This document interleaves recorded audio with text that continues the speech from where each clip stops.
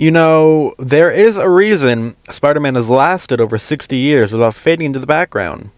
Heroes come and go, costumes change, franchises rise and fall, but Spider-Man works. Help! Please! Someone!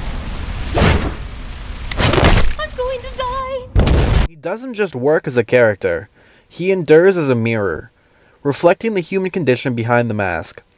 When we look at him, we don't just see a superhero swinging between skyscrapers. We see ourselves. So today, I want to talk about why Spidey works.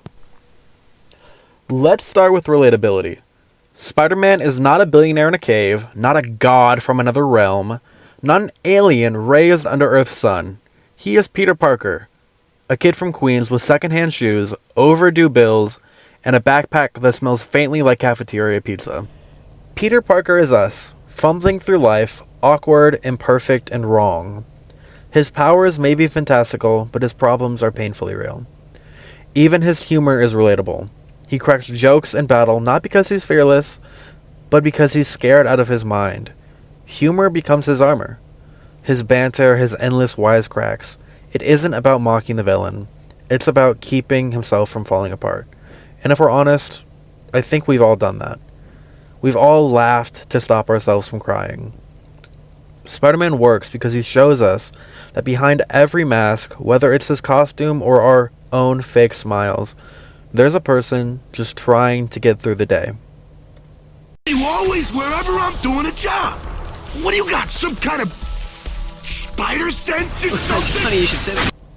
However, when it comes to Spider-Man, relatability is only the foundation. Spider-Man works because he rises above it.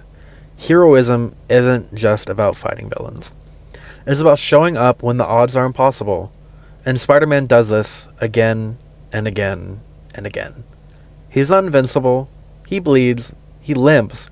He makes mistakes. He's not the strongest hero in the Marvel Universe. He's not the fastest, not the most powerful. But he is the one who always gets back up. There's a reason the lifting the rubble scene from The Amazing Spider-Man issue number 33 is one of the most iconic moments in comics. Spider-Man is crushed under tons of steel, pinned down, exhausted, broken. The panels stretch out, showing him at the edge of collapse. And then he remembers Aunt May, sick in bed, waiting for him to bring the medicine she needs. That memory ignites something in him, and with a roar of pure willpower, he lifts the impossible weight off his shoulders. That moment is more than just action. It's metaphor. The steel isn't just debris. It is life itself. It's grief. It is failure. It's responsibility. And Spider-Man shows us that no matter how heavy that weight, no matter how impossible those odds, you fight through. That is heroism in literature. That is often called the everyman's triumph. Spider-Man proves that greatness doesn't come from perfection. It comes from persistence. My suit has cruise control, but your suits have battery packs that blow up if they get wet. And then there's the self-sacrificing nature. Spider-Man's greatest strength is also his greatest tragedy. He always puts others before himself. His mantra, with great power comes great responsibility, is more than just a motto. It is a sentence. And that is a life sentence. If you think about it, Peter Parker could have had a normal life. He could have used his powers for fame, for fortune, for an easier path. But every time he puts on the mask, he gives up something. His dates get canceled, his job slips away, his friendship frays. He misses graduations, birthdays, and even funerals. Yet he never stops. Spider-Man knows if he doesn't act, someone else will suffer. And that, to me, is the essence of Spider-Man. His sacrifice is silent. Unlike Iron Man, he doesn't brag about it. Unlike Captain America, he doesn't stand on a stage. He simply swallows his losses and keeps going. In literature, we'd call this the martyr hero archetype. Like Hercules bearing his labors, like Christ carrying his cross, Spider-Man gives himself so others may be safe. And we, the audience, feel the sting of that sacrifice. Because somewhere inside we wonder, would I do the same?